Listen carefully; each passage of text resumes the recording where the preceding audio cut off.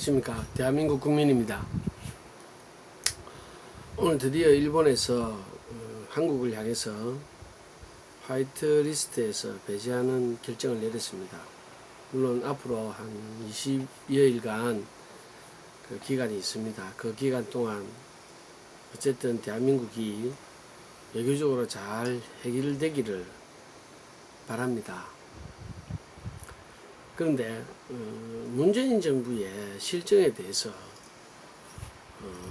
뭐 여러 말을 하기보다는 오늘 자유한국당의 그 행태가 더더욱 마음이 아픕니다. 황교안 대표와 나경원 원내대표는 어째서 초당적으로 일본의 무역 규제에 대해서 초당적으로 대처하겠다 이런 이야기를 했습니다. 그리고 참 우습게도 원자재 국산화라든지 부품 기술의 혁신을 통해서 한국의 기술력을 끌어올려서 외국에 대한 의존도를 낮추겠다 이런 발상들에 대한 것들을 늘어놓는 걸 보고 참 어리석다 이런 생각을 했습니다. 왜 우리가 다 해야 됩니까?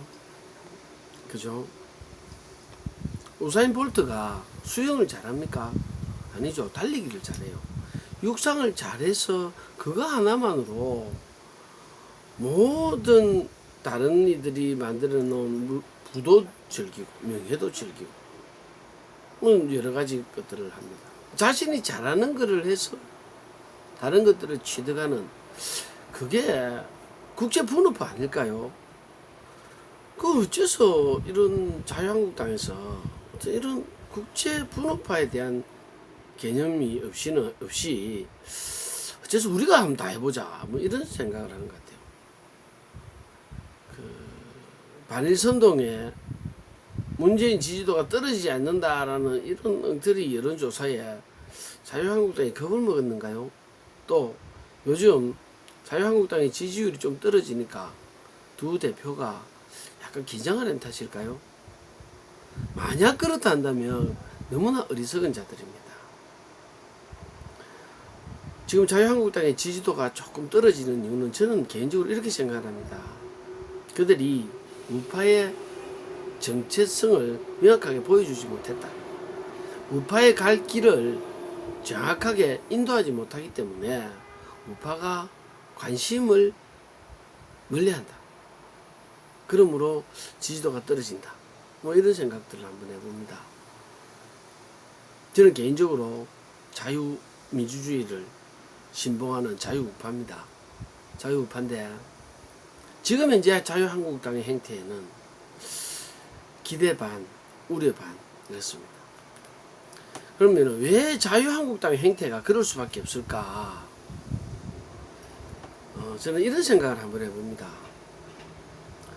어떤 범죄자들이 이 범죄를 함께 모의를 해서 저지르고 나면 공범들의 이 심리가 이 범죄가 끝나기까지 또는 끝나더라도 그들의 범죄가 영원히 들통나지 않기를 바라는 심리들이 이래 내재합니다. 그래서 범죄 후에 서로가 서로를 감시하고 또 그들이 공동체임을 강조하고 또 그러한 범죄에 대한 기억들을 미화시켜 나가는 그러한 과정들을 볼 수가 있습니다.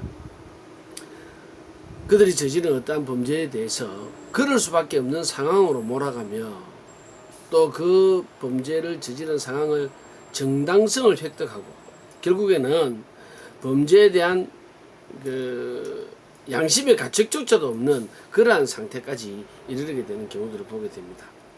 학교에서 보면요, 왕따 시킨 학생들이 왜 이렇게 왕따를 시켰느냐라고 물어보면 피해를 당한 학생이 그런 당할 일을 했고 자신들은 다른 학생들이 말하지 못할 때 대신 처리한 오히려 정의의 사도다 이런 생각들을 하는 경우들을 우리가 종종 볼 수 있습니다. 그래서 공범 뒤에 스스로들이 숨죠. 함께 있기 때문에 그것이 어려운 것처럼 우리가 촛불 시위 때 보지 않았습니까? 분명히 잘못된 것임에도 불구하고 그들은 집단이라는 그 괴물 속에 숨어서 그들의 행동이 정당했던 것처럼 문재인 보죠. 촛불혁명이라는 이야기하는 것처럼 말입니다. 네. 만약에 정치 집단에서 이런 현상이 일어나면 그죠?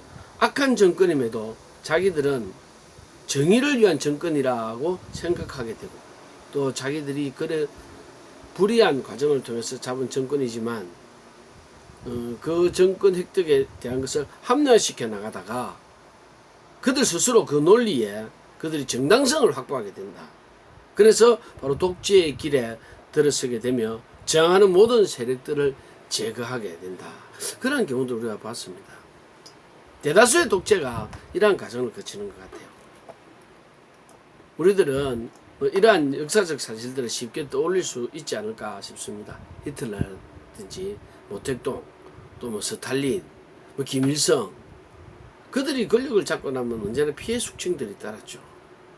그것은 그들은 정의 실현이다. 대한민국에서 오늘날 일어나온 적폐청산이다 라는 것과 같은 모습입니다. 그러나 현재 대한민국은 북괴의 그 선전선동에 완전히 넘어간 세대, 그 세대, 이름하여 그죠? 386이라 불렸던 그 세대가 이 사회의 주류를 형성하고 있습니다. 지금은 586이라는 이름. 저도 그 386 세대의 일원이었습니다. 데모도 많이 해봤고. 심지어 우리가 그 87년도에 그 부산에 가톨릭 센터에 들어가서 마지막까지 데모하면서 있었던. 그러나 6.29 노태우 당시 대통령 후보가 6.29 선언을 내어놓고, 그죠? 그때 87년도에 외쳤던 구호가 뭡니까? 호헌철폐 독재타도. 그렇죠. 그때 당시는 체육관 대통령 그를 철폐하고 국민이 직선제로 뽑겠다. 대통령을 뽑겠다. 그래서 호헌을 그 법을 철폐해라. 직선제를 해라. 네. 그래서 독재를 종식하자. 이렇게 했습니다. 그래서 6월 29일 날 6.29 선언이 나고 그리고는 이제 사실 그때 이제 갈라졌죠. 네. 자유민주주의를 바라던 자들은 마음속에서 이제는 두고 보자 하고 학업으로 생업으로 돌아갔고 그때가 틈이다 라고 오히려 더더욱 투쟁에 이제 본격적인 빨갱이 운동에 참여했던 자들이 봐도 바로 NL 계열과 PD 계열이죠. 예. 민족 자주, 내셔널 리버티라는 피플 디모크라시에서 PD 민주주의 혁명을 통해서 민주혁명을 통해서 민주주의를 쟁취하자. 조국 이어가 PD 계열이고 임종석이가 NL 계열이죠. 주로 이제 NL 계열은 주사파 쪽으로 이래. 둘이 결코 물과 기름으로 합쳐질 수 없는 세력들이 권력을 향유하고 권력을 공동으로 소유하기 위해서 우리가 청와대 안에서 한솥밥을 먹는 모습들을 봤습니다.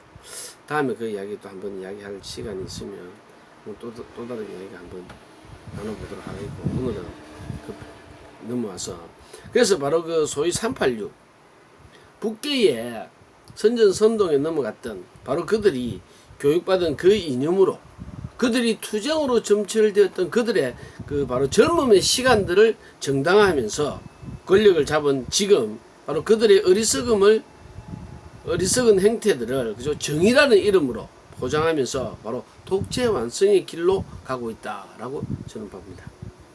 현재 거의 다 완성된 집단 지도 체제를 통해서 권력의 영구화와 그들 스스로가 우상이 되려 하고 있다라는 겁니다. 운동권 세력이라는 민주화 세력이라는. 그래서 이 대한민국에 있어서 이 몰락하고 탄생되지 말아야 될 대한민국에 그죠? 민주화의 기치를 세우는 자기들이야말로 참된 정의로운 세력이다라는 스스로 우상의 길에 빠져들어가고 있다. 이대로는 대한민국은 결코 가망이 없다라고 봅니다. 자유민주주의가 회복이 되려면 먼저 거짓의 껍질을 깨고 진실을 말할 용기가 필요하다라고 저는 생각합니다. 바로 그 거짓을 깨고 진실을 말할 그 용기 있는 고백은 바로 누구에서부터 나와야 되느냐? 바로 자유한국당과 황교안 대표로부터 나와야 된다라는 겁니다. 자유한국당과 황교안 대표는 박근혜 대통령의 탄핵에 대한 잘못을 고백하고 진실의 장에서 용서받고 그로 말미암아 국민들로부터 회복의 힘을 구해야 한다라고 저는 생각합니다. 공범의 심리에 갇혀서 박근혜 대통령 탄핵이라는 그 공범의 심리에 갇혀서 자신의 잘못을 바로 보지 못하는 그러한 자유우파의 정치인들은 그 어리석음에서 벗어나야 한다라는 겁니다. 잘못을 고백해야 용서를 받을 수 있는 것입니다. 용서를 받아야 당당하게 정치 행보를 이어나갈 수 있다. 그리고 당당하게 국민 앞에 설 수 있다라는 것을 다시 한번 상기했으면 합니다.